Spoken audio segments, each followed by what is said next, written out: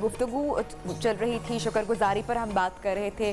बलूच साहब, मैं आपसे जानना चाहूँगी कि अल्लाह ने जितने भी अपने नबी, रसूल, पैगंबर इस दुनिया में भेजे इंसानियत की फलाह के लिए, उन सब पर भी आजमाइशें आती रही हैं। एक वाक़या मुझे भी याद आ रहा है, हज़रत यूनुस अलैहिस्सलाम का गालिबन जब उनको आजमाइश में डाला गया और मछली के पेट में वो कई दिन तक रहे।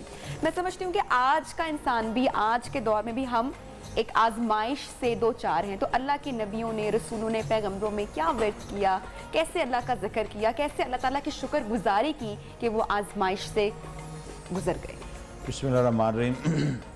देखें, अल्लाह ताला की लातादाद मखलूक़ात हैं और उनमें सबसे अशरफ मखलूक इंसान है।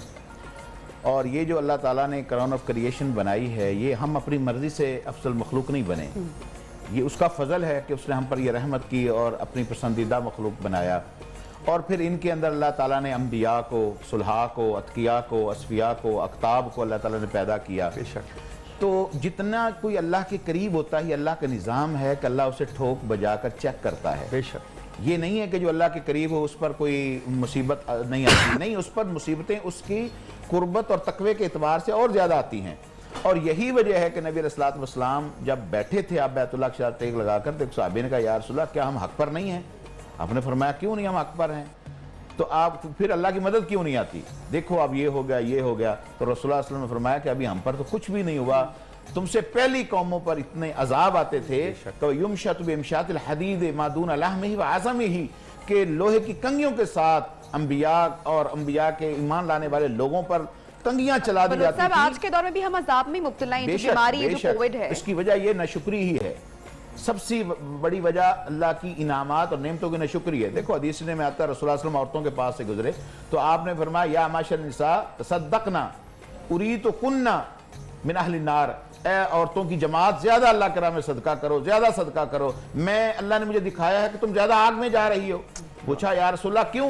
फरमाया, दो चीजें हैं, यकफुरनल अशीर, एक नाफरमानी करती हो, अपने खामदों की नाशुक्री करती हो, और दूसरा वह युक्सिरुल लान, कसरत से लान तान करती हो। तो ज्यादा सदका करने से वो सारे गुनाह माफ हो जाते हैं। और यकीनन ये, लेकिन नहीं बलूच साहब, इस बात को दोबारा रिपीट कीजिए। ख़वातीन इस बात पे हंस के बात टाल देती हैं।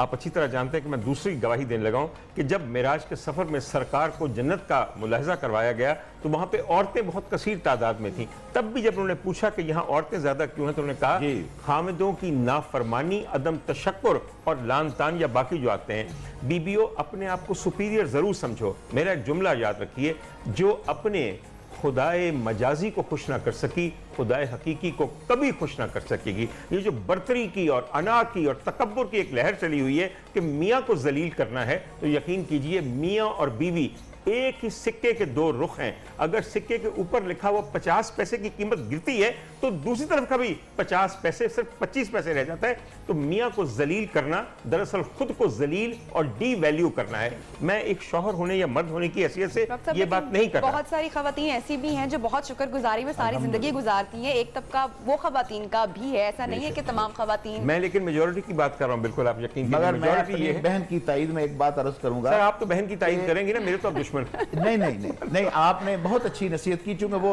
अकॉर्डिंग टू हदीस है। जी बेशक। हदीस में आता है कि रसूलुल्लाह सल्लल्लाहु अलैहि वसल्लम गारे हिरा में थे, चंद सहाबा भी थे, अभी आपका मक्की दौर था, और जिब्राइल आए और कहा कि या रसूलल्लाह, अभी जो औरत आएगी, जो औरत अभी आएगी उसको अल्लाह का सलाम कहना, मेरा भी अर्ज कर देना, और उसको दो बशारतें हैं उसके लिए। एक ये कि अल्लाह ने उसके लिए जन्नत में एक ही मोती के अंदर महल बनाया है, और उस महल में सुकून होगा, कोई शोर नहीं होगा, कोई थकावट नहीं होगी। थोड़ी देर के बाद सैयदा खदीजा आ गई। मैं वो बैलेंस कर रहा हूँ बात को, मेरी बहनें जो है वो महसूस ना करें। मैं तो कहता हूं। अच्छा, जब हजरत खदीजा आई तो नबी सल्लल्लाहु अलैहि वसल्लम ने उनको अल्लाह का सलाम भेजा, और साथ कहा कि जिब्रील ने भी सलाम अर्ज किया है, और तेरे लिए दो खुशखबरियां लाया था। तेरे लिए अल्लाह ने एक मोती में पूरा महल तराश कर जो है वो रख दिया है, और उसमें कोई शोर नहीं होगा, कोई थकावट नहीं होगी, सुकून होगा।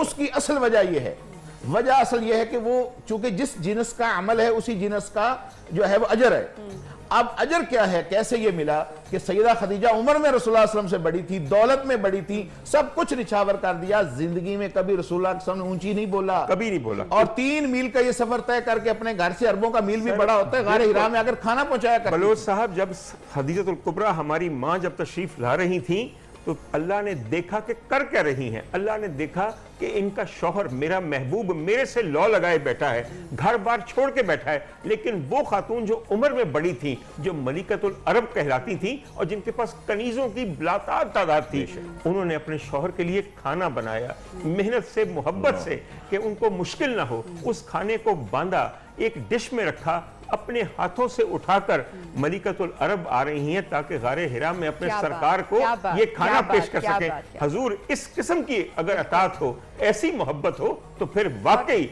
जन्नत में महल भी होने चाहिए और खातून जन्नत की जन्नत भी उस औरत के तलवों में होनी चाहिए कि जैसा उनमें है। डॉक्टर साहब, सर, आपसे आप मेरी बड़ी- तायीद करके देखें और आप मेरी मैंने तदीद करके मैंने देखें। आपसे एक बड़ी अच्छी चीज सीखी थी जी। गुज़श्ता